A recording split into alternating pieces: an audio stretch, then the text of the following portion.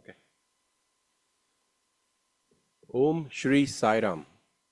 Sai Ram, dear brothers and sisters, welcome to the 33rd edition of Samarpan program here at Sarvadharma Service Center in Farmingdale Borough, Howell Township, New Jersey, United States. Today, September 27th of 2025, is a special day as we are celebrating the Navratri festivals, and we just had our bhajans, as you all, many of you are here, attended. So on this special day, we are very happy to introduce the Samarpan speaker for the month, our very dear brother Vikram Eluri.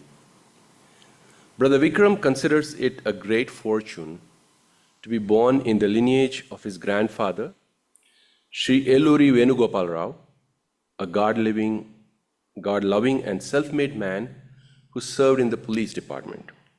Born in Vijayawada, Andhra Pradesh, India, to his hardworking parents, Sri Eluri Raja Rama Mohan Rao and Srimati Rajalakshmi, Brother Vikram was encouraged to build on his natural extrovert instincts right through his childhood. As we all know, he is a very bubbly personality. As he honed his leadership skills as a school pupil leader, avid public speaker in elocutions and debates, and as a young sportsman who played table tennis at the Kendriya Vidyalaya Central School, zonal and national levels, he always felt that there was a higher power guiding him through various phases of his childhood years.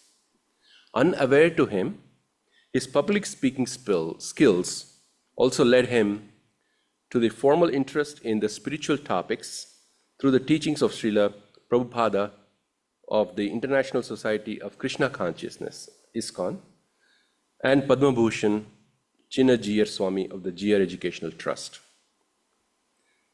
Brother Vikram first heard of Swami from his Peddamma, mother sister and elder sister, Jayashri Garu, who, in spite of not having her own children, considered Vikram as her own son. It was through her inspiration and support from his parents and grandparents that Vikram applied to the Sri Sathya Sai Institute of Higher Learning in the year 1999 and was fortunate enough to get accepted into the Masters of Financial Management MFM program by Swami's grace. During his time as a student at Swami's Institute, he was blessed to serve in the hostel books and publications department as a proofreader and also for Prasadam distribution at the Mandir. His Upanayanam, which is a holy thread ceremony, was performed in Swami's presence. He is also ever grateful to Swami for allowing him to chant Durga Suktam for Dashara in Sai Kulwant Hall in the immediate presence of Mother Sai. He strongly believes in the saying, once a student, always a student, and is currently serving as the alumni coordinator for the Sri Sathya Sai alumni in the tri-state region. And we know that a few weeks ago, they had a program in Sarvadharma also. He is a member of the Sri Sathya Sai Center, Edison, and continues to draw inspiration from Swami's teachings by teaching kids of SSC Group 4. He currently serves as the market leader for banking and financial services vertical for a multinational firm headquarters in the United States and lives in Edison with his wife Sonia and daughter Dishita Sai. Today, we will hear from Brother Vikram on his experiences and life lessons he learned from Swami. With this, I would like to invite Brother Vikram to the podium and request him to share with us his experiences and life lessons he learned from Swami for the next 70 minutes or so. Welcome, Brother Vikram. Jai Sai Ram.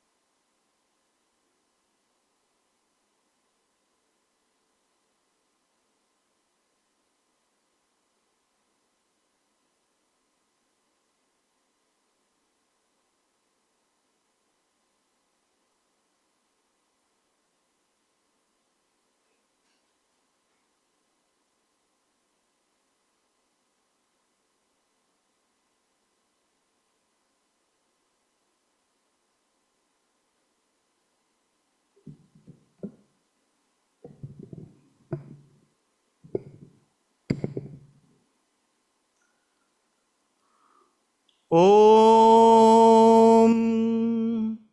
जातवेदसे सुनवाम सोममराति यतो निदहाति वेदः स नः परुषदति दुर्गानि विश्वानावेव सिन्धुं दुरितात्यग्निः तामग्निवर्णां तपसा ज्वलन्तीं वैरोचनीं कर्मफलेषु जुष्टाम् दुर्गां देवीगुं शरणमहं प्रपद्ये सुतरसितरसे नमः अग्ने त्वं पारयानव्यो अस्मान् स्वस्तिभिरति दुर्गानि विश्वा पुश्च पृथ्वी बहुलान उर्वी भवातोकाय तनयाय शय्योः विश्वानि नो दुर्गः जातवेदः सिन्धुन्न नावादुरिताति पर्षि अग्ने अत्रिवन्मनसा गृणानो अस्माकं बोध्यविता तनूनाम् पृतनाजितगुं सहमानमुग्नमग्रिगुं हुवेम परमत्सदस्तात्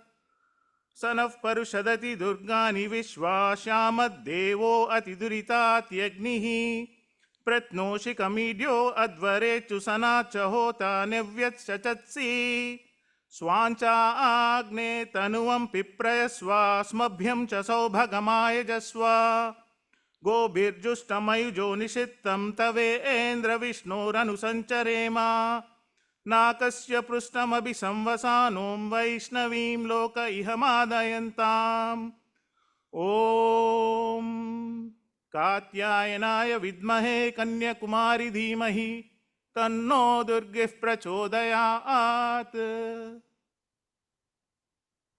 Om Shri Sai Ram.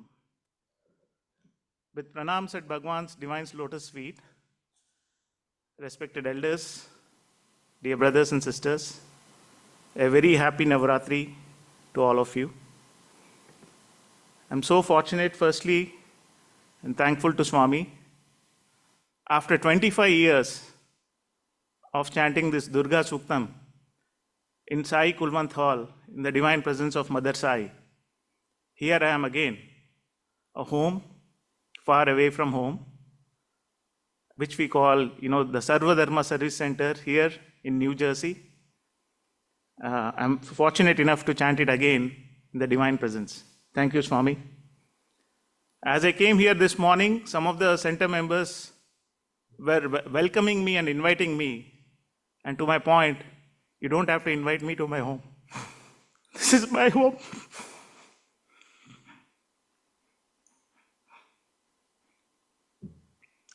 I've been asked to share my experiences with Swami.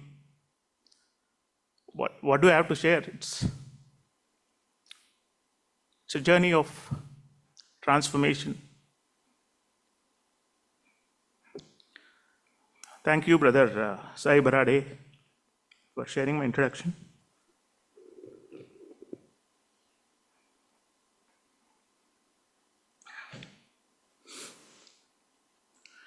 I'll try and share my journey with Swami, and I call it a journey because I'm still on the journey.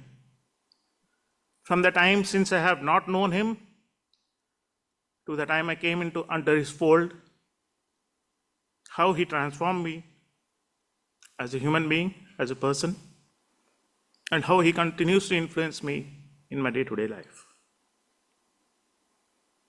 As you rightly said, it was my aunt, Jayashri Garu, who considered me as a son, and she was the one who first introduced me to Swami.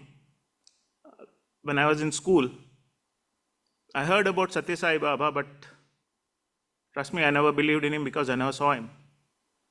I also never believed in Shirdi Sai Baba, for that matter. I was a very bubbly child, of course. I was also an extrovert, a very confident young boy.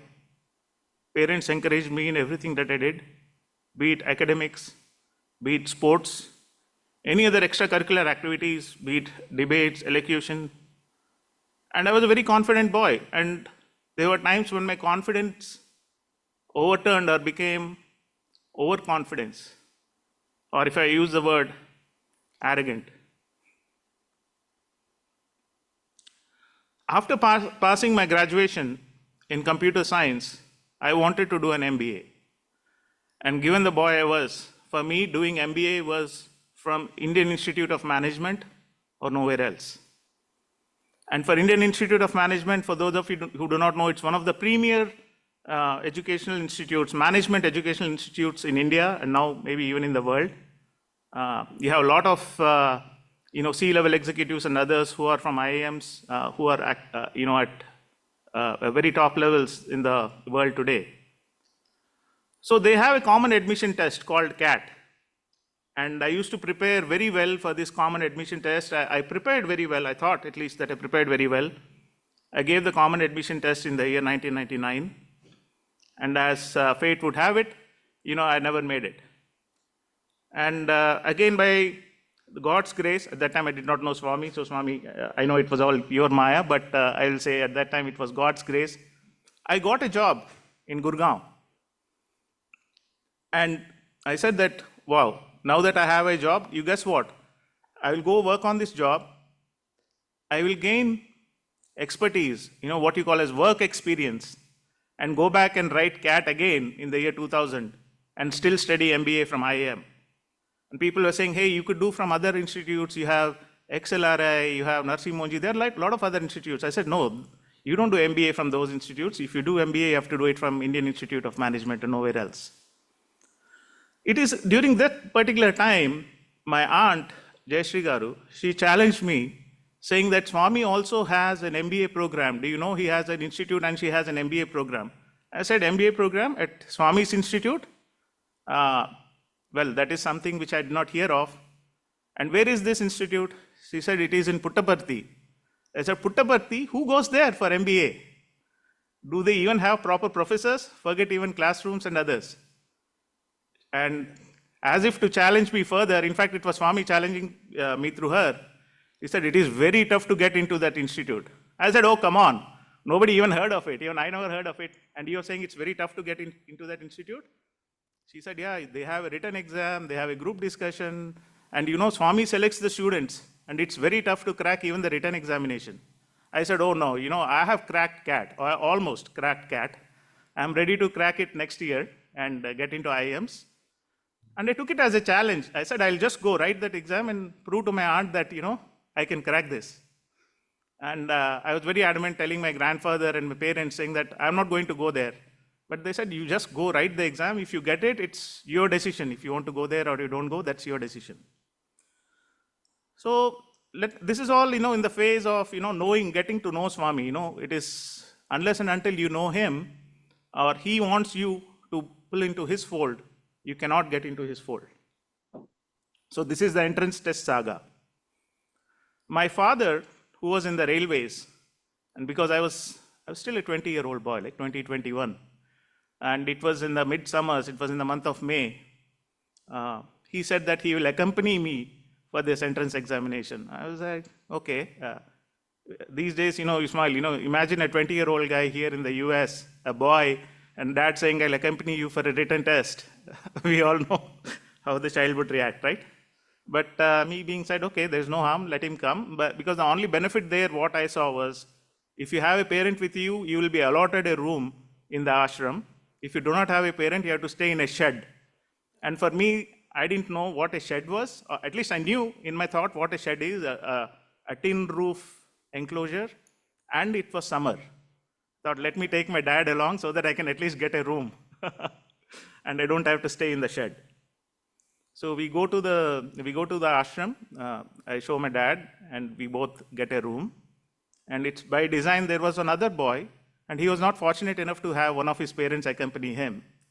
But somehow this boy, he came, he tagged along with me, we were talking in the lines. And then he said, hey, Vikram, can I come and stay with you in your room? Can you ask your father? I said, why?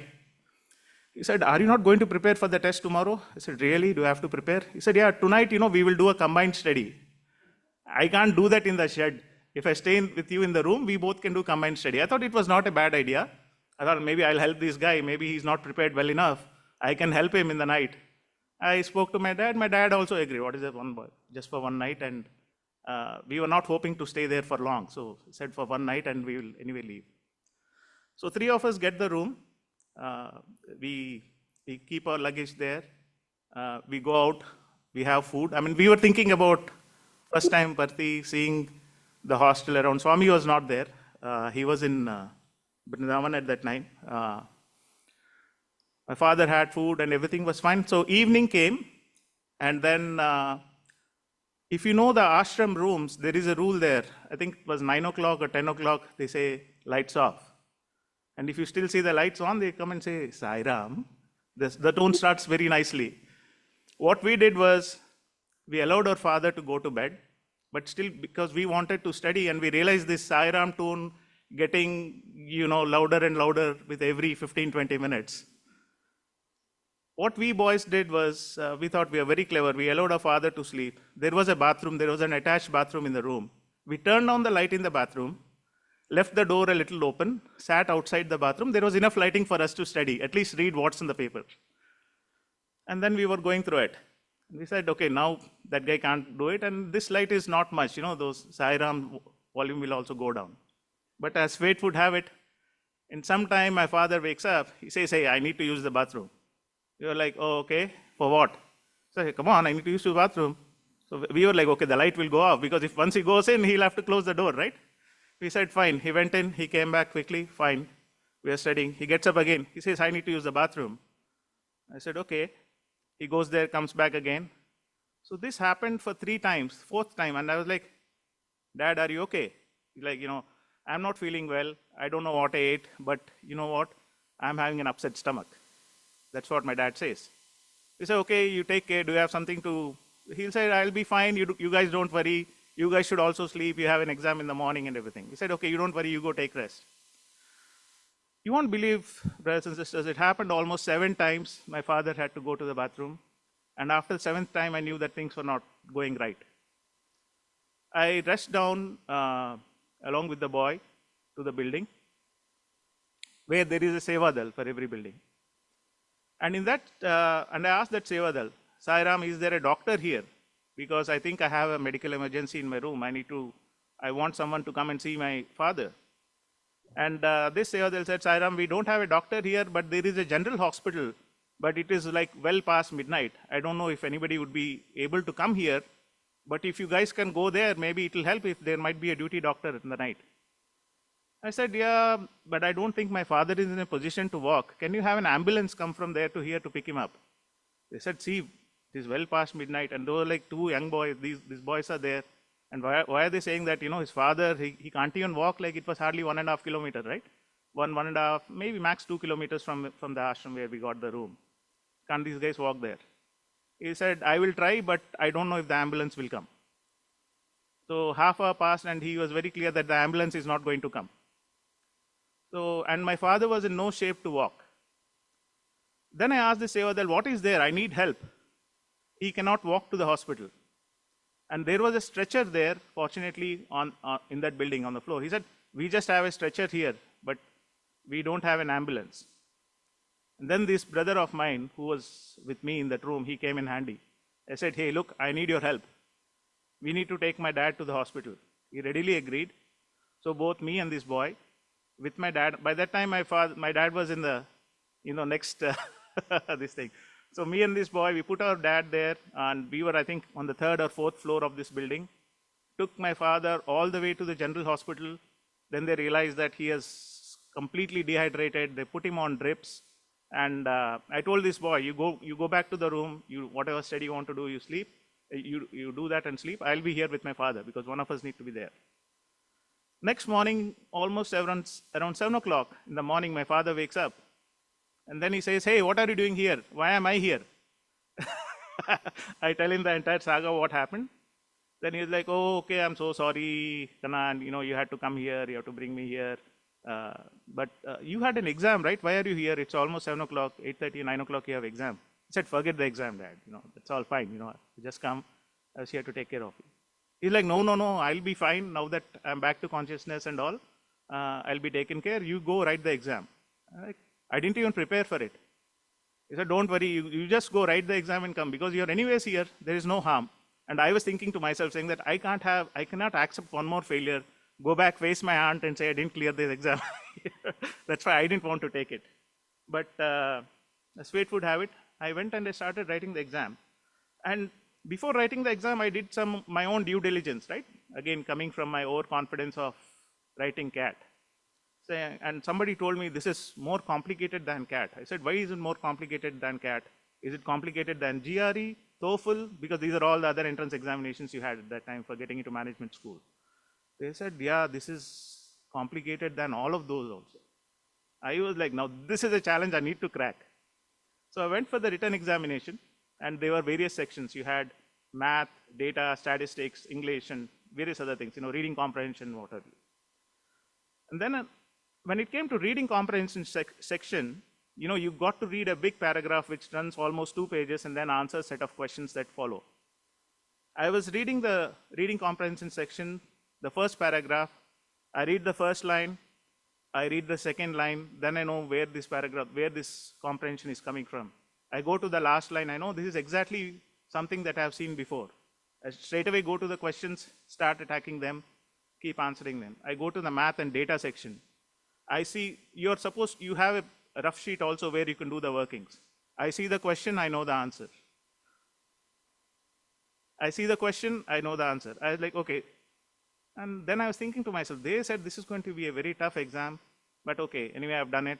And I didn't know, I thought at least I did very well. So the written exam was over. I came back. My dad was discharged by that time. He was good. I told him, please don't eat from outside, eat inside the ashram only. Even now we remember, me and my sister, we keep teasing my dad when we go to Parthi. That hotel is still there. I don't want to name the hotel where he had food from. So the written exam was over, and I told my dad, okay, Dad, if you're feeling fine, let's go back. He said, hey, no, hold on. You don't know the pattern here. After written, you have a group discussion. I said, if I clear the written, then group discussion. No. He said, yeah, you will clear. I said, see, whole night I stayed there. I don't know what state I went and answered the question paper also. So I am not confident that I'll make it to the written. Just because you forced me, I went and wrote the written examination. I didn't even go to see the results. But this boy who was with me in the room, he comes back running. And he says, hey, Vikram, prepare. Tomorrow we have group discussion. Your name is there. You have cleared the written. Oh, surprise. And I was like, okay, God saved me. I don't have to, hide my face in front of my aunt that I couldn't crack this written exam. And then I was thinking, she said it is going to be so tough. But written exam, you know what? This question, they picked it from CAT 94. This particular question from math was there in GRE 96.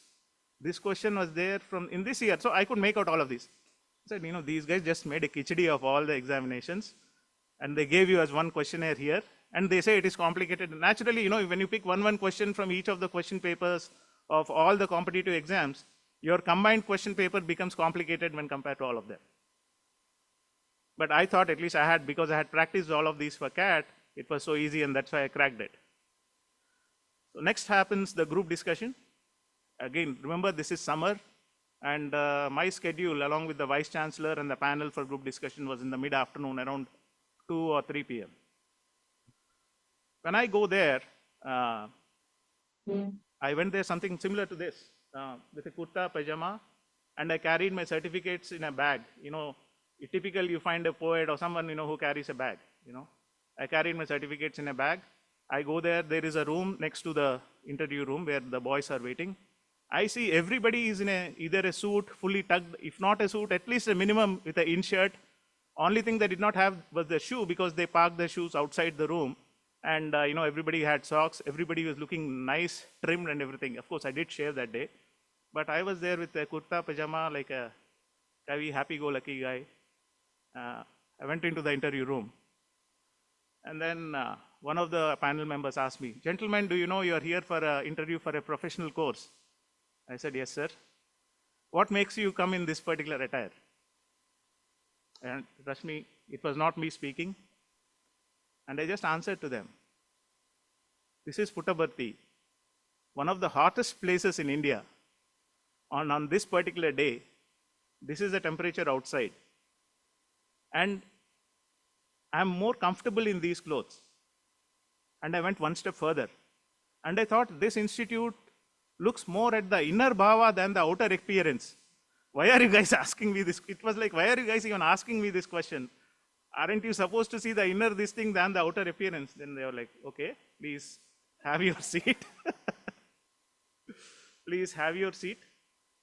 They had some questions. I went through all of that. Then the vice chancellor put up a question to me, which was very strange to me, and I'll tell you. He said, what if we give you, I had applied there because there were two professional courses. One was MBA, Master of Business Administration, asked you only 1 hour ago. and the other I was don't know what it MFM, was. Master of Financial Management, which was a relatively newer course, and it had lesser number of Yeah, seats yeah, I know compared to that. MBA. And me being a computer science graduate, I didn't know anything in finance, right? I said, and the You're right. chance of getting into MFM was also very, very Yeah, low. bye, bye. It was considered a premier course compared to MBA, let me put it that way, amongst the boys and those who were writing the interview. So I had applied for MBA General Management, and towards the end of the interview, the Vice Chancellor asked me, gentlemen, what if we decide to give you MFM instead of MBA? Would you take that? I thought for a minute, and I said, sir, the same reason what I just told you. I said, that's the reason I did not apply for MFM, because I'm a computer science student. I'm not a finance student, not a commerce student. And that's the reason why I didn't even apply it in the very first place. But what if Swami decides to give you MFM? Will you take it? And as a boy would have it, and the pleasing answer, I'd say I would take it as Bhagwan's Prasadam, and I will see what I could do. So I knew that, in my mind I was thinking, looks like these guys are run out of all the MBA seats, and they're just trying to pacify me, because MFM is even a premier course, and it has less number of seats. Why will they even give me MFM? So I was confident these guys will not give me. Came back, told my dad, Dad, let's go now. Next train, Prashanti Express. Those days Prashanti Express was still there, but we had to go all the way on a bus from Puttaparthi to Dharmavaram to catch the Prashanti Express. Otherwise it was not, Puttaparthi never had a railway station too. I said, let's go. And I told this boy also. This boy is like, hey, wait, don't you want to see the final list? And then I said, boss, I know what has happened today. It's not going to happen. First of all, they didn't like me only. They went by my external appearance than going by my internal this thing. When I was comfortable in that dress, I couldn't go in a suit, in that mid-afternoon and all that stuff. So my dad says, okay, we don't have a train right now at this point of time. We will go tomorrow. You wait. You don't have an option now. You have to wait. I said, okay, I'll wait. Next morning again, I don't go for the results. We are ready. We are packing and we are ready to go. And this boy who has gone to see the result, again he comes running. He says, hey, Vikram, your name is there. I was surprised. And you guess what? Your name is in MFM. I was like, I didn't even apply for MFM, man. I said, I know the Vice Chancellor asked me about MFM, but I didn't even apply for MFM. And then, but I was not sure, will they send any formal communication or what have you? The first person I had to call and inform this was my aunt. I called her. My mom was at school. I told her, Pedamma, this is how happened. She was so happy. She said, you should accept it, and they'll also send you a formal communication on via post. You should accept that. So that is how, it is all his will, his leela, that I got admitted to the MFM program. And I'll also share with you in the later part of it, I'm watching the clock, how Swami transformed me. So this was the call. As I mentioned, the lesson here is, we know that, Bhagavantudu agya lenade chiyavanna kadaladu. In Telugu, in English, without God's will, even an ant cannot move. So it was Swami's will, and it was a calling. He used my aunt as an instrument to draw him closer to him. Then began the transformation process. And when I say transformation process, again, this is as Swami would have it. I was teaching Group 4 SSSC. In fact, there was a lesson last week on what is culture, and then as we all know, Jantunam Narajanvam Durlabham. So having been born as a human being, what is our goal? Even animals are living, even they also eat, they sleep. What is our difference? What are we doing in this particular life? One of the kids, and Swami, it was coming from Swami's discourse. Some of them have read the Swami's discourse. One of the kids said, if we are transforming ourselves, having born as a human being, transforming to what? Transforming to know God. Somebody said we want to attain moksha. That is our aim of life, having born as a human being. I said, okay, good words. And all these kids, they are in Balvikas or SSSC right from Group 1, right? So you get all politically right answers when you ask them. So then I said, what is culture? And this is for all of us, it's then people started saying some Indian culture, Western culture, and I said, that's all fine, but what is culture? What did Swami talk about culture? And while there is a word called what Swami says is Samskriti. There is no absolute translation of that into culture in English, and Samskriti is from Sanskrit. And what Swami had said is the Samskriti is nothing but the transformation, the change that you see in an individual from the time he or she is born until the time they live as a human being. The transformation process, you take it the right way or the wrong way. The whole process of transforming oneself to attain divinity or to attain to know oneself that you are also a part of the divine or you are divine himself. That's the whole entire Samskriti is what Swami had mentioned in the discourse. And this is something which I taught to the kids last week as well. So my Samskriti began. So yes, now I have known Swami, I have gone there. Swami came, I got myself admitted again, dad, I think mom also came at that time. They saw the hostel room, I was like, oh, okay, I have to stay. I was expecting a bed, I have to live on the floor, that's okay. At least my dad got a mattress for me, I thanked him for that. Then I said, I saw Swami, then I said, okay, I knew him as a person. I was being told he is God. Now I had to build my faith. And for building faith, I wanted him to show me proof. Swami, show me proof that I build my faith in you. And as you know, the course there starts end of March, sometime early in May. That's when the course begins. Then it was, one of the events was, many times when Swami used to give darshan, I used to see him materialize vibhuti. I was like, where is the tablet? Where is he, crushing it from? Is there something under his, under his hand? He has full sleeves. Sometimes you should do, and I used to kind of like, as students, sometimes we become so lenient. I would say, not lenient, it comes by design to all the students. We start demanding God of proofs. So not directly, sometimes directly also. I'll give you an instance later when I did that. At least we pray God. Simple things like all boys, 20, just out of teenage and all. They say, Swami, show me the proof that you're not crushing a tablet and there is nothing under your robe and everything. I used to ask him, and in front of me whenever, and that was my first prayer to him. So in front of me, there were times when he used to come, and if he has to materialize vibhuti, he used to do his hand like this, so that this draws down, to show that there is nothing. And then he used to ask for a handkerchief and wipe it clean, so that to show that there is nothing in his fingers. And then, he would materialize vibhuti. Then I was like, okay. Then the next inquisitive mind, when will I get vibhuti? You have been giving vibhuti to so many people, and people have so many things. Vibhuti cured this, vibhuti cured that. This guy became Sthita Prajna, that guy attained moksha with vibhuti, and now when will I get vibhuti?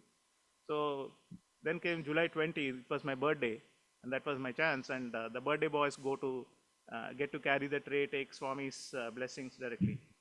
And that year, I think my birthday, it was in the Purna Chandra auditorium on that particular day, the darshan. I went there, and as I prayed to Swami, he came, he materialized vibhuti for me. That was the very first time Swami materialized vibhuti for me, and maybe the last time also, where I got it directly through his hands, from his hands. He materialized vibhuti, he gave it in my hands, he put a little in my mouth, and he, kind of did it on my throat like this. And he also put the vibhuti on my forehead. And yeah, that was it. So I said, okay, this is faith building up, right? That's one part of faith. So it is like, again, the lesson for all of us is, we ought to be very clear on what we pray God for, because he will give it. And he will also give it in the way you want it to be. You have to be worthy to attain the fruits of that particular prayer. Continuing with faith, super speciality hospital. That was my other institute of, gaining my faith or enhancing my faith in Swami. For the boys who are staying in the hostel, sleeping on the floor, super speciality hospital, with the name itself, for us, we hardly get sick, right? Imagine some 20-year-olds and all, they don't fall sick. They need a reason to go to super specialty. For us, it was more than a 5-star or more than a 7-star hotel to go to super specialty hospital, because the beds were absolutely comfy. They had air condition there, number two. And on top of it, they had excellent blankets, very soft blankets. So we used to try to find reasons saying that, how do I go to super specialty hospital? And in the hostel, we used to have one regular thing was, the warden or someone from the warden's room, there used to be an announcement saying that, Sairam, super specialty hospital needs 20 vials of B positive blood today. Boys, you are interested. Before the announcement was over, there were more than 20 boys standing there saying that even if the guy is not a B positive, he would stand there for the blood donation. So it was like a first come, first serve drive. People used to stand in the line for blood donation. And then if I had gone the second month, he said, hey, Yemira, no last, our warden Shiv Shankar Sai sir, he used to call me, hey, Eluri. He say, hey, Eluri, last month only you gave blood. No, why are you going again? Sir, I'll go there, sir. So for me, it was like bed day, AC, all the super specialty hospital.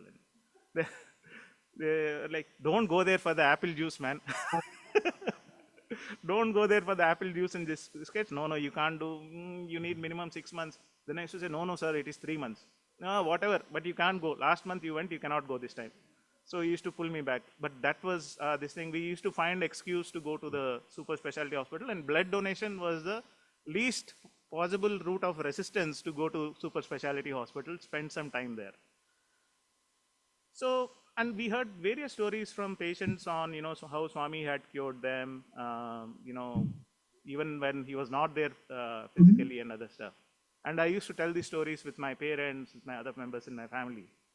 And my mom at that time, she felt that she was not keeping well. There was something wrong in her heart. She used to feel that there's something wrong with her heart. And she used to tell me, hey, you are a student there, no, go get me an appointment at super specialty. I said, it doesn't happen that way. There will be a big line, you apply, and you get your doctor's reports. If they see something wrong, they'll give you a date, and it will be sometime next year. Oh, next year and all, you will pass out of the institute. How will I come? Get me something now. I was like, let me see. I can't promise anything. She used to say, go ask Swami. I said, hello, what are you saying? For your appointment, I have to go ask Swami for an appointment at super specialty. But anyway, because I had known some brothers out there and even the hostel warden, somehow I managed to get an appointment for mother. So she and dad, they came. Mother brought all her reports and she went through all the tests, the treadmill test and everything and all. I was there as a student. They used to stay in the ashram. And then she came back and said, the doctor said there is nothing wrong with me. I said, see, I told you there is nothing wrong with you. You just had to come and go to super specialty hospital. Because I heard so many good things about that from you, I thought I also should go and see. So, but then her fears were also arrested that there is nothing wrong with her. Even if somebody had said that there is something wrong with her in the past, even her reports had said that, she had come, got herself, completely all her tests done, and she was also relieved that there is nothing wrong with her. Faith. I'm still on the topic of faith. Continuing with super specialty hospital. One of my aunts, Pinny, which is my mother's younger sister, she is now in Hyderabad. Her second son, he, as a child, was diagnosed with a small hole in the heart. Doctors had told him, and this boy, when he used to play and all, he used to get tired very quickly. And there were multiple instances. I mean, they said that it would get cured as he grows up, or maybe, let him be by himself. Don't let him be actively participating in sports or what have you. So they, after seeing that what had happened to mother and all, they also had this prayer in them saying that we should come and get our son seen at the super specialty hospital. So again, getting it from mom itself is a big thing. Now aunt's younger son, of course he's my brother, cousin, but it so happened that as he was growing up, there was an incident where things started going a little south, and they said that he had to be operated upon and all that. And then they said, hey, let's take a second opinion from the super specialty hospital in Parthi. And now he had a strong reason also, right? Doctor said operation also. So I had to go again, use whatever it is, pray and get an appointment for him. He comes there along with his parents. Again, I am doing my regular stuff. They go to super specialty. They come back with all the tests, and doctors say there is no hole in the heart.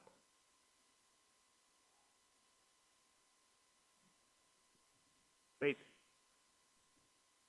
So the faith part was done, taken. I mean, these are not in regular sequence necessarily. It happened in various phases, but I'm trying to, box them under faith and see how Swami directs me today. Then began having known him now, having built faith in Swami, now it was the time for action. And action is on the topic called Seva. What best way to actually do it than Seva? Continuing with the hostel activities, because I joined there only as a postgraduate student, there used to be some, and the hostel is all self-sustained in the way like, all the way from the hostel maintenance department to altar to what have you, maintaining the notice boards, everything is done by the boys there. There is minimum to no intervention by external parties, except for, of course we had the dhobis those days, the people who used to come for laundry, and some boys used to do the laundry themselves too. They used to wash their own clothes. And each one of us was supposed to take up some duty also within the hostel. And as most of you would know, the first thing in the morning, our day used to start with Suprabhatam. And in my first year, I was a known culprit not to get up and go to Suprabhatam. The least thing that was required was, you get up, at least brush your teeth, and go sit in and the Suprabhatam used to happen in the dining hall of the house, because that's where all the boys could come. Sit there for Suprabhatam, come back, and then you take a shower, go for breakfast, and then go to the college and what have you. And the warden Shivsankar Sai, he used to make rounds of every room as the Suprabhatam is about to begin. He used to come to me and he would say, Eluri, what is happening today? I was like, sir, I will go there. I used to give some excuse. I'm having a stomach pain. I slept late in the night or whatever.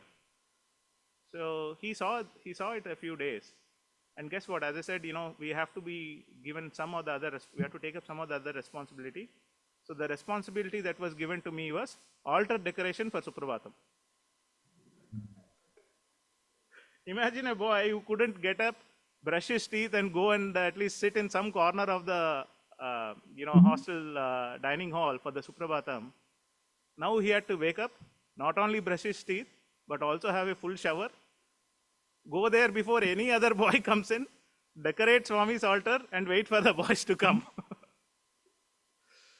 So that is how Swami brought me to the Seva part of it. That was the altar Seva. And in addition to that, I was looking for some Seva in the mandir. They said, hey, you're still a junior man, first year. I said, I have only 2 years to do. I want to do something in mandir. They said, no, we'll see what we can do.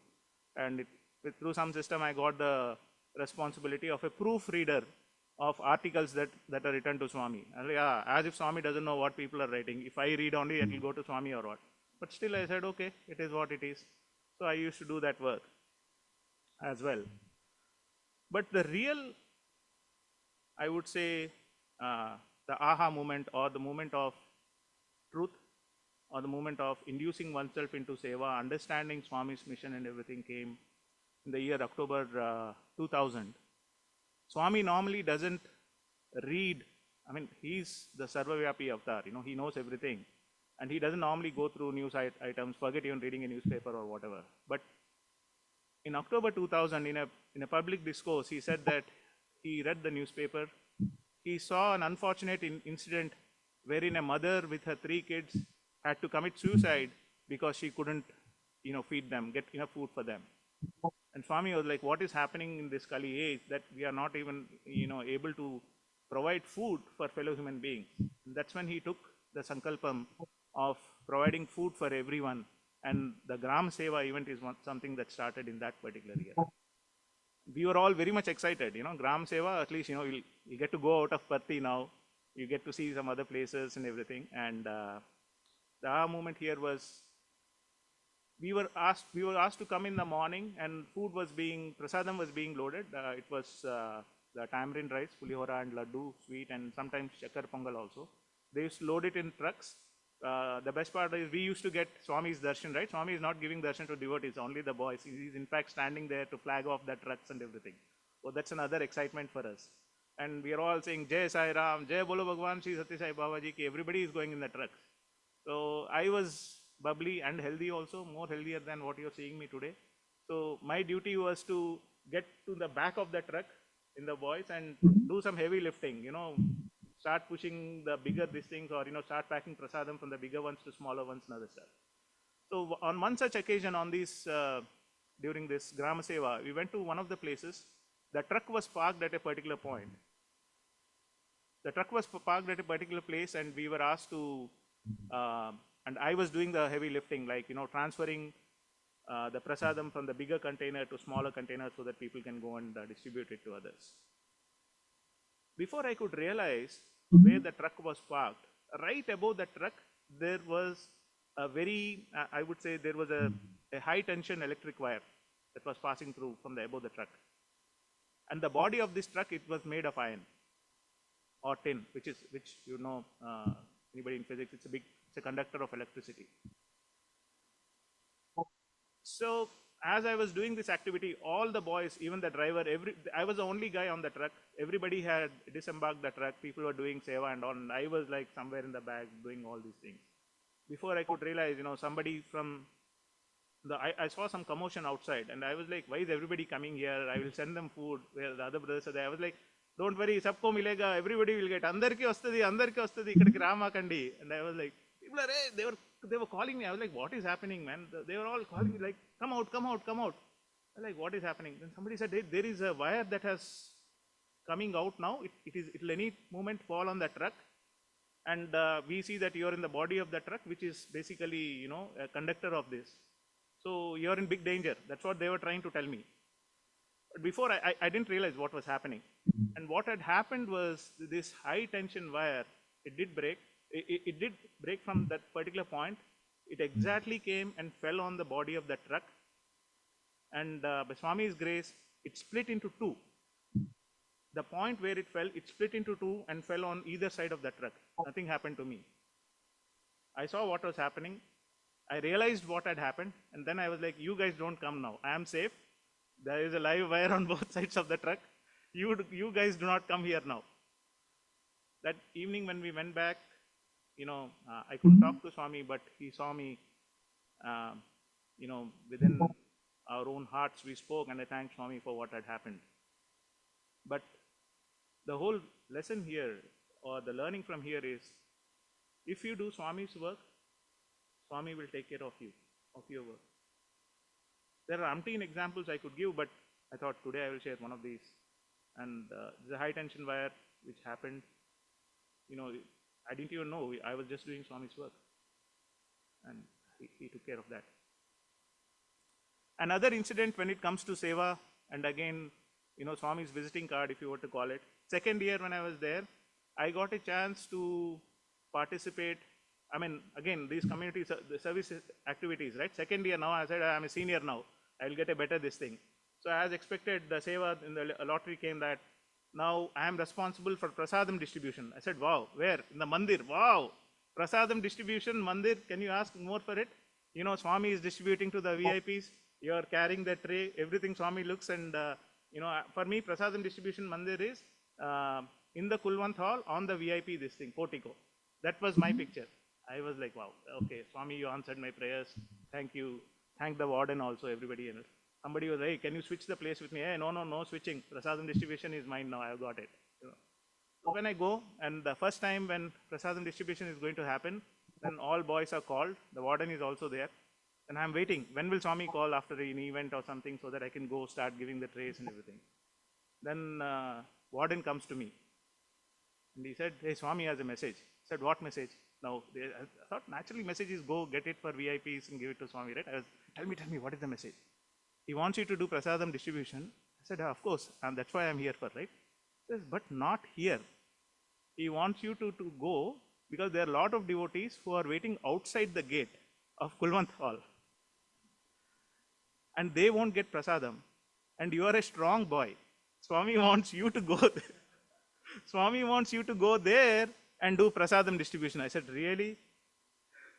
So we kids, we say, Swami, sometimes if he doesn't give, it's better to say in Telugu, halwa ichara Swami niku. Halwa means you got nothing, basically. You were expecting something and this is what you got. I said, okay, halwa mil gaya aaj mere ko. I got halwa from Swami.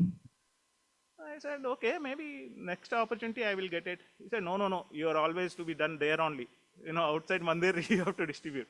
You will do prasadam distribution, mandir prasadam distribution, but at the gates of the mandir, not near the VIP. Where I was thinking VIP direct to Swami and where he was, this is what was happening, right?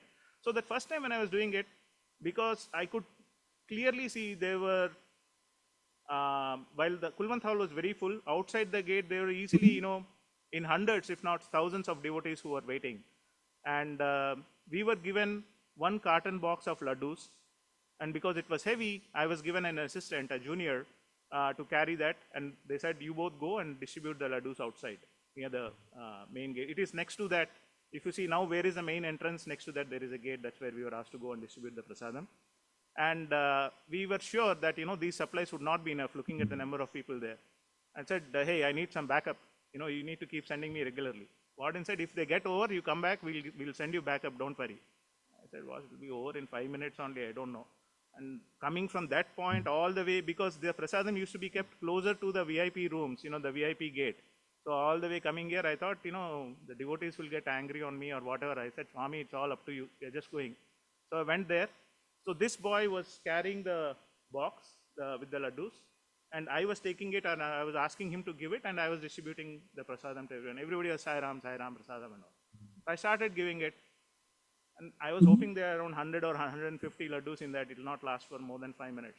I was giving the prasadam, and and they were coming. And I was like, hey, you got extra supplies? No, brother, they are from the first carton. Okay, giving it. Hey, how many more are left? Yeah, we have it, brother. You give. I said, what having, brother? Show me. It's the same.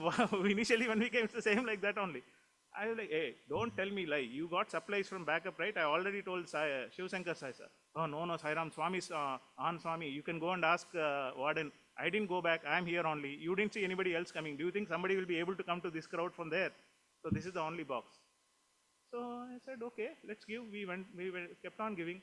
Towards the end, as the devotees were getting over, I also saw now the laddus count had gone down. But still there were a few left. I said, for all the hard work I have done, I'll take 2 laddus. I deserve an extra laddu. I took 2 laddus, put it in my pockets. Easily you can see, they're bulging out of the pockets, right? 2 laddus. I went back, Swami looked at me and he was like, again, without talking to me, it's like, were they enough kind of a thing? Swami, I knew. And I had known clearly that it was his Maya. Then with the 2 laddus, I'm going back to the hostel. Then I find one old man who comes to me and he says, hey boy, you are the one who gave prasadam near the gate outside the mandir, right? Yes, I said, yes, I was the one. He said, I did not get my prasadam. Then I was like, Swami had given prasadam for you. How can I not give you? Take it. So that was Swami's Leela. And again, if you do Swami's work, you'll do your work. One more instance where, to say, I think we have time until what, another 15, 20 minutes? Okay, sure. Now, it started with faith, then we go to Seva. And the third thing is, when you are in Puttaparthi, you need to put apart I. Puttaparthi, put apart I. And I is your ego. And for a kid who, as I said, towards the beginning, confidence, building into overconfidence, sometimes turning into arrogance. How did Swami transform me? How did he kill my ego? And this, again, going back a little to the previous incident where I said that, I was not expecting a seat in MFM because I was not a finance student. I was a computer science graduate. But this was Swami's way. Maybe it was Swami's way, and I know it is his way only. Otherwise, because everything happens for our own good. The way he treated my ego. There was one topic in MFM in the very first semester, and coincidentally, the boys we used to go, the short form of the topic was Kama. Kama with a C, C-A-M-A. Cost and Management Accounting. First semester, okay, I do that. I don't clear that exam. I get a wet grade. I say, okay, naturally, I was expecting, and I thought I'm not a science student. People were also, okay, that's fine, you'll make it up. I know it would have been hard for you, coming from a non-science background, cost and management accounting, written by Professor Radhaswamy. He was there. He was the one who was also teaching us. And people used to say, literally some of the kids who didn't understand that he had written books also on cost and management accounting. It used to be like literally a brick size of it.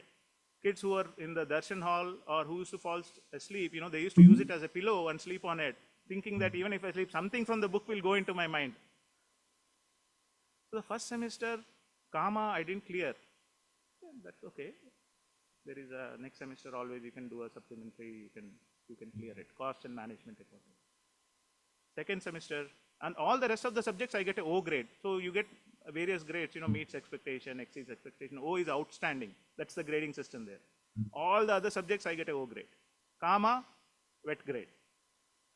The next semester, I take cost and management accounting again. I get a wet grade again. I thought I prepared very well. I have taken extra classes, not only with the professors, but also with my colleagues, with my peers, with the other brothers. But guess what? I get a wet grade. So now what? So this is now becoming serious, right? So as per the institute rules, I cannot continue to the next semester now. They say that, hey, you have to now take a break. I said, what do you mean take a break? He said, you cannot continue. I said, okay, I will do some activities in and around the mandir and all that. No, you cannot live here. You have to go out of the hostel.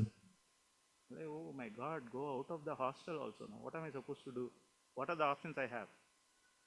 So not knowing what was happening here, it was a time when we were moving from first year to the second year of our courses, because already 2 semesters through, right? And we had to do a project work wherein we had to go, and some of us do a field study, and most of us used to do it only in the summers, that 1 or 2 months that we used to get. And the project that I had chosen was with a bank, which is now the #1 bank in India, called HDFC Bank. And the project that I had chosen was to basically, study the customers of HDFC Bank on the services of the bank and give feedback to the management of HDFC. Thanks to Swami, the doors to HDFC Bank were opened by me directly by the country head of HDFC at that particular point of time. And what I thought was I'll be giving a report to the management, that report was going directly to the CEO's office. And imagine you do something like this in a month or two. I was thinking how I'll be able to do this. I got a letter, the country head of HDFC Bank got me a letter from the corporate banking vice president, which said, that letter was like a passport or a free pass, which said that this boy can walk into any of the branches. It had thousands of branches even on those days. Any of the branches of HDFC Bank in India, he can ask you any kind of questions. You guys need to oblige. This is coming from Jimmy Tata, head corporate banking, HDFC Bank. I was like, oh my God, this is such a big responsibility. I can't do a justice to it in a month or two. And while I was in this mode now, the whole karma thing happened, these things, and people said there's nothing you can do. You can't even stay in the hostel. There were times when I spoke to my professors, I spoke to my vice chancellor, no recourse. I went to Brindavan, I fell on Swami's feet. He was like, don't worry, everything is happening for your own good. Don't worry, only thing he said is, don't worry. People are saying, hey, don't worry, man, you'll anyway come back. No, go do whatever you want, you come back. And he'll take care of you. So my guide, who was my project guide, he said, maybe this is an opportunity for you to, spend more time with the folks at the bank, do the project and everything, and come back. So I took it as his wish, went back to Vijayawada, stayed at home for some days, thinking now everybody will say, this guy is good for nothing. Even after getting a seat at Swami's Institute, look what had happened to him. So then I went to Vizag, all those places where our HDFC Bank was there. I was doing this exercise. And in the process, I also met somebody who's my current Jivita Bhagaswami. So that was what has happened. And then when I went back, the project report was excellent. It was, it was very well accepted at the bank. And guess what? After my MFM, I was given a placement in the very same bank, along with a bunch of other students in the same group. That's where I started my career with HDFC Bank. And Kama, which I got wet grades in semester 1, semester 2, The third time I take the test, I get an O grade. And my overall MFM, I get an O grade. On a GPI of 5, 4.5 and above is O grade, and I got more than 4.5. Again, Swami's grace. On a subject which I thought, even if I get anything above a wet grade would be good, I got an O grade on that. So that was, and that way, that had killed my ego. I was like, you can plan and do whatever you want. You can do the best of the planning, but without His wish, without God's grace, none of your plans will work. And I'm happy to share that today, the O grade, the karma incident. So after that particular event, in fact, I think I have a photograph also. If I can share, I can, for the HDFC thing, talking about the HDFC bank. So it so happened that, we were a bunch of boys with HDFC bank, every batch, my seniors and even juniors, we got into the batch. And we all said that, hey, we owe our gratitude to Swami. We should all go to Swami and, pray our gratitude to him. And is it up there? So you can see in this particular photograph, all the kids around Swami, these are, as I said, my classmates. Some of them are my seniors, some of them are my juniors. You can see me right there near his left hand, if you are trying to see where I am. And this photo is known as the HDF Sai photo. HDFC, HDF Sai. So all the kids you see there were all our Swami students, were at one point of time the employees of HDFC Bank. And when some of the executives of HDFC Bank went back to Swami and Swami asked them, what do you want, in the interview room, I think even the CEO told, and then MD and CEO said, Swami, give me your student in every branch of HDFC Bank. That was the reputation. And another incident behind this particular photograph, as we were gathering for this particular photograph, you remember I told you, we start becoming demanding of God. So this was again a demanding moment there. We asked Swami, you need to give us a photograph and all that. And he, loving mother he is, he obliged. And as we were waiting on it, he asked, Ekkada, Santanam Ekkada. So what he meant is the boy who is sitting on the left-hand side, extreme to the left hand, on the photograph on the left-hand side of Swami, who is looking straight, not the guy with the specs, but the guy below, behind him. His name is Vijay Santanam.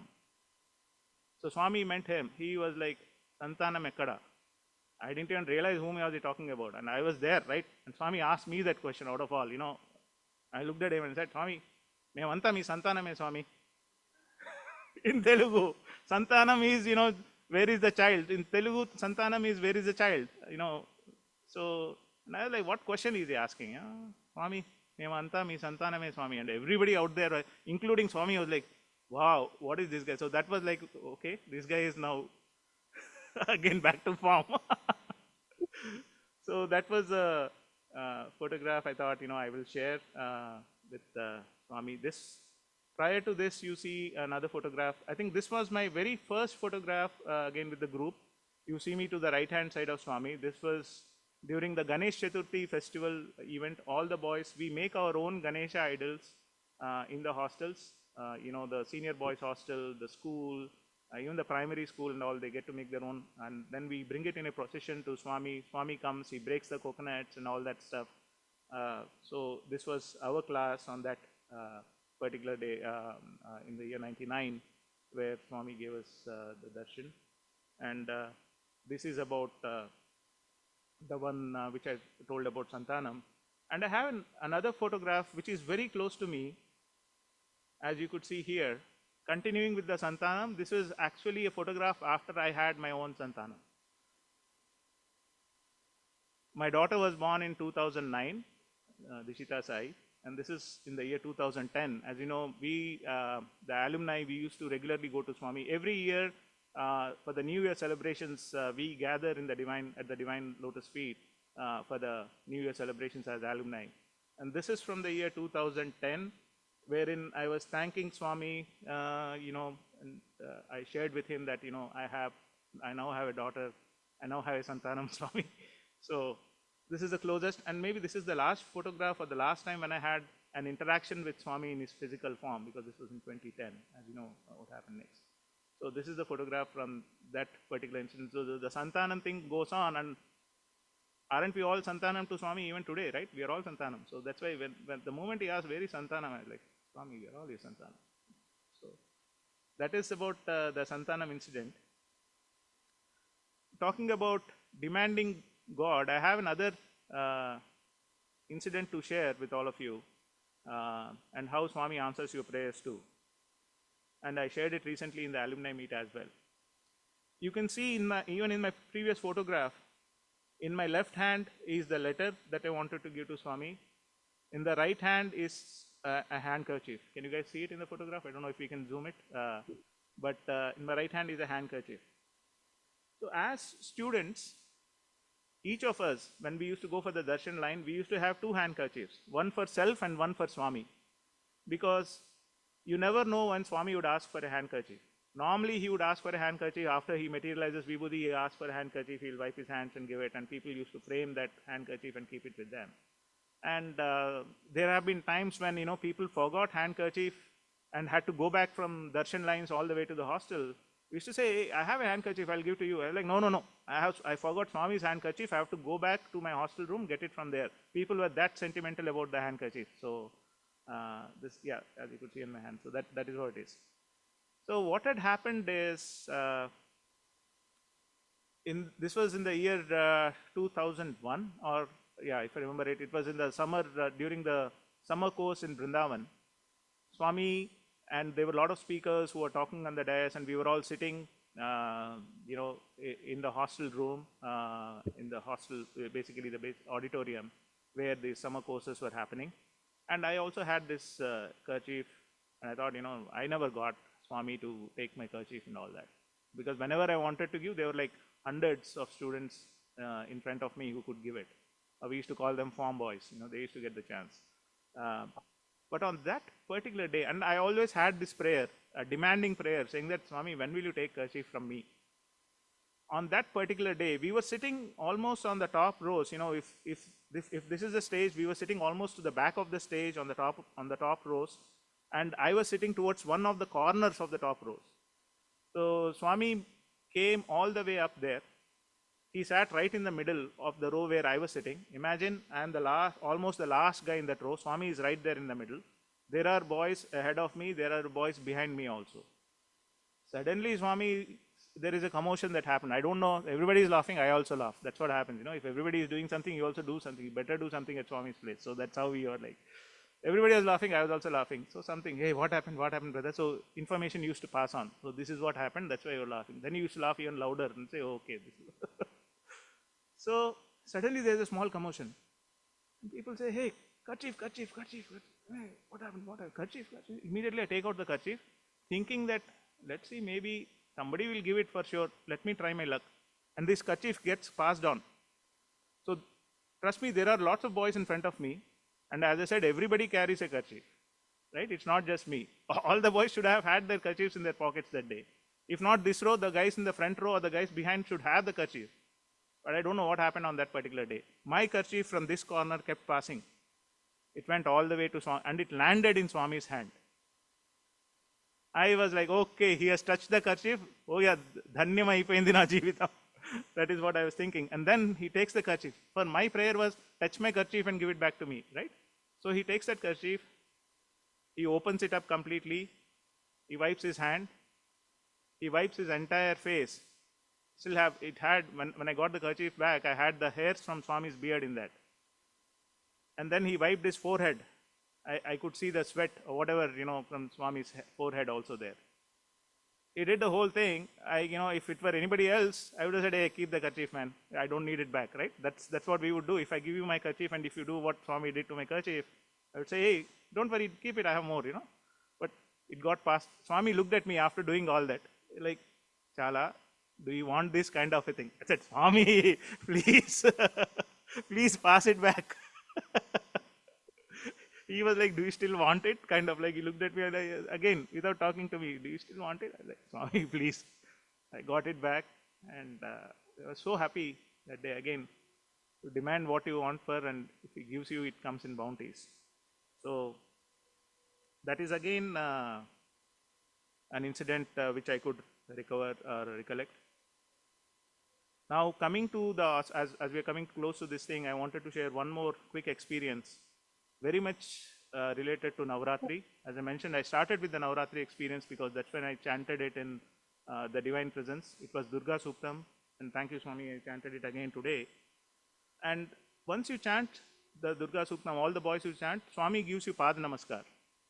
And on that day, in those days, there was a table where you can see Swami's face, all the way to his chest, but you cannot see his legs. At least when he is talking, you cannot see his legs. But boys, we could go down, take Pada Namaskar and come back, right? So I knew that I had only 2 years at Swami's Institute.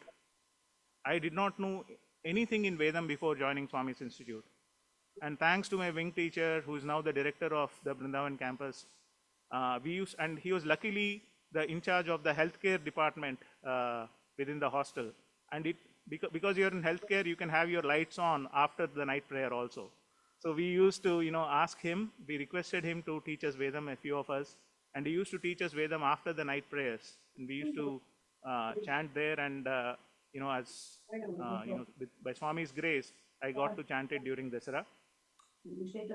Trust me, brothers and sisters, this was a moment again of revelation to me, because every time I used to look at Swami, I used to ask him, "Who are you? I know you're God, but are you Shiva? Are you Ishvara? Are you Rama? Are you Krishna?"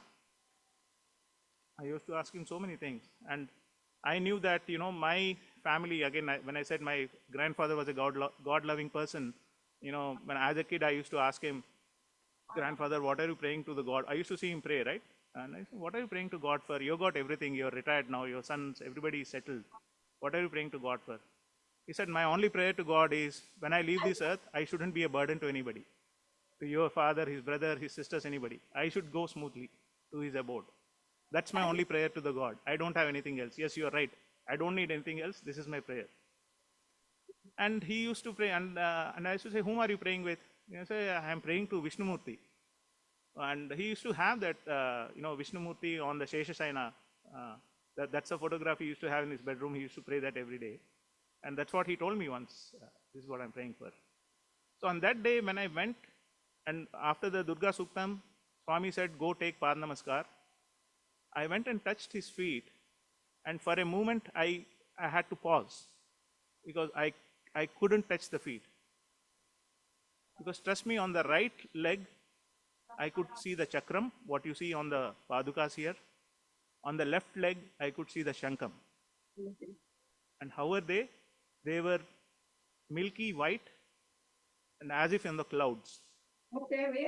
Imagine the clouds becoming chakram and shankam. I saw it on his feet. They were there. I couldn't touch that. I was dumbstruck. I looked at Swami. His reaction was, "Chusindi chalu, danam vettukoni illu."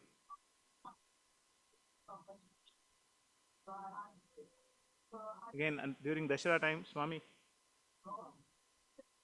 I think I can go on. I want to respect the time of the Institute of Sarvadharma also. With that, I want to say that, we are all, including myself, you, all of us are on the path of a journey from the self to self. That's how Swami says. When we used to ask him, "Swami, you are God, that's why you can all do it." Swami used to say, "I am God, I know, but you're also, do you know you're also God?" You say, "Yeah, but we are not there yet. We are all on a various journeys. Age is not a factor. Sometimes you will have a much younger soul behind you who is much more realized on the path to spirituality or a journey from self to self."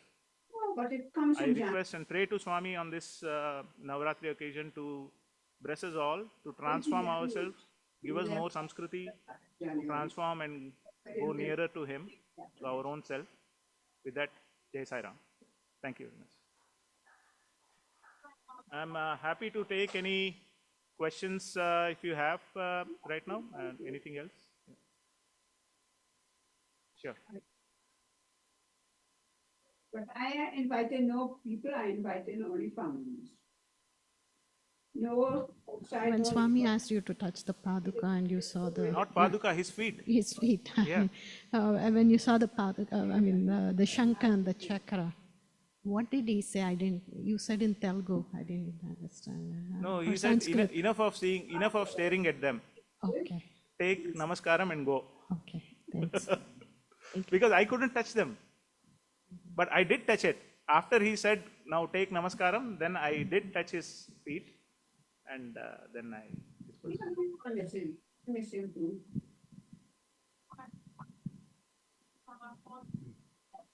Yeah, yeah. I have a little question. I mean, how did your parents or come to know Swami? Yeah. I would say they also through my aunt primarily.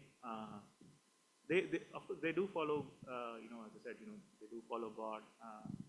You know, Venkateswara Swami is our family deity, as I was mentioning. And once I started going there, I mean, their belief in Swami only grew more and more with me being there. Because every time I used to call them from the hostel, I used to tell them about Swami only. Less about me, more about Swami.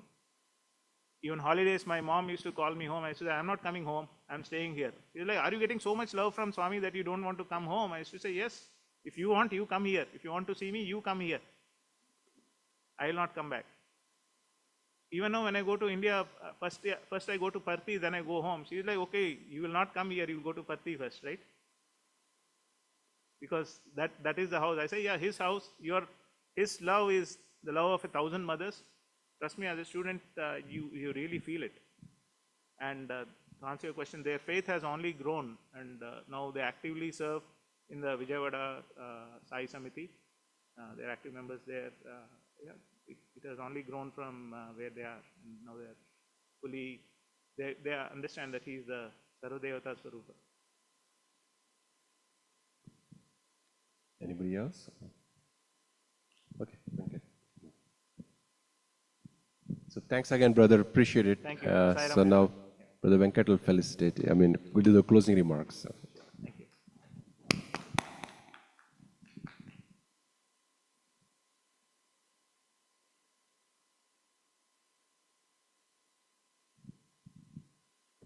Saram, Brother Vikram, that was a wonderful talk.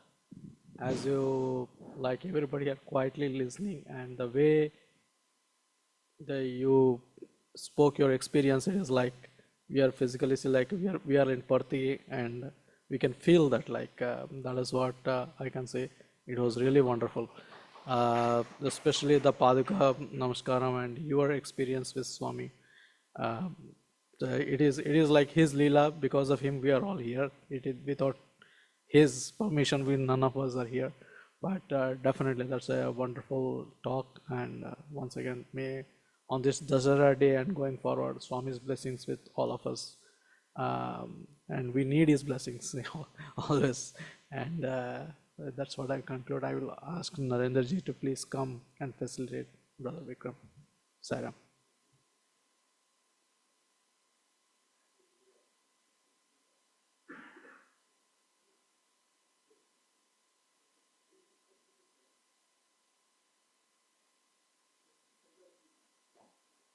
Just before I present you, I just want a very quick follow-up to the Kirch story.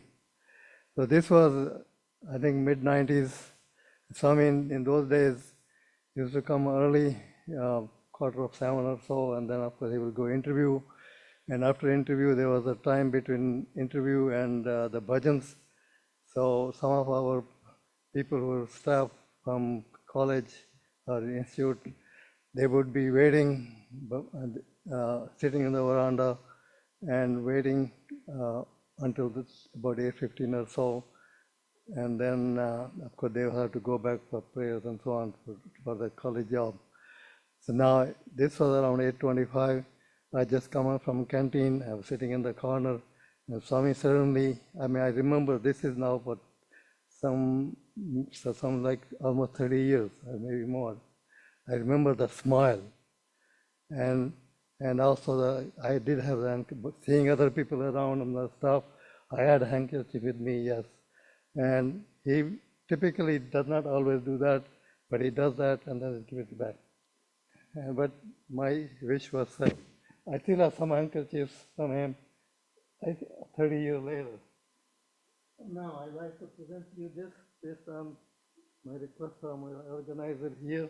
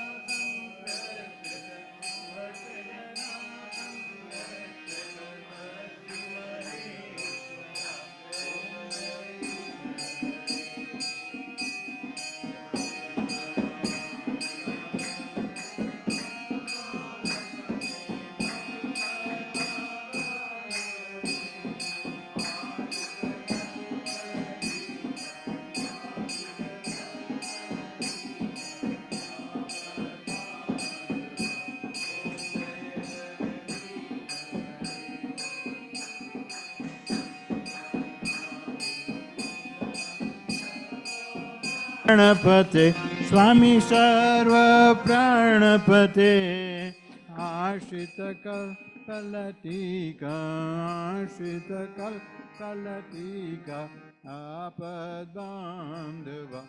ओम जय जगदीश हरे माता पिता गुरु Mariantayurive, Swami Mariantayurive, Nada Brahma Jagannatha, Nada Brahma Jagannatha, Nagendra Shayana, Om Jaya Jagadish Hare, Om Kararupa Ojasi, Sai Mahadeva, Sat Sai Mahadeva, Mangala Arati Anduk, Mangala Arati Anduk, Mangala Giridhari, Om Jaya Jagadish Hare. Narayana, Narayana, Satya Narayan, Narayan, Narayana, Narayana. Narayana Narayana Om Satya Narayana Narayana Om Satya Narayana Narayana Om Jai Sadguru Deva Narayana Narayana Om Satya Narayana Narayana Narayana Om Narayana Narayana Om Satya Narayana Narayana Om Satya Narayana Narayana Om Jai Sadguru Deva Narayana Narayana Om Satya Narayana Narayana Narayana Om Narayana Narayana Om Satya Narayana Narayana Om Satya Narayana Narayana Om Jai Sadguru Gurudeva. Deva Om Shanti. शांति शांति शांति